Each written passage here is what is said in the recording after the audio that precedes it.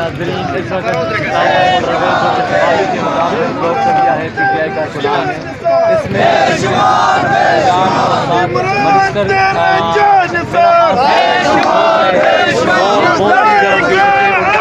कर दिया है और अफगान ने घेर लिया है। तो बहुत सारे कारकुनान अफगान और ईरान के इस्तेमाल के लिए निकल आए और बड़ी तादाद में उनके साथ जो है इजहार यकजहती कर रहे हैं। तो मीरा खान और शफी जान साहब बाकायदा तौर पर मोटरवे टू प्लाजे को ज्वाइन कर चुके हैं और वहाँ पे करने का हिस्सा बन चुके हैं।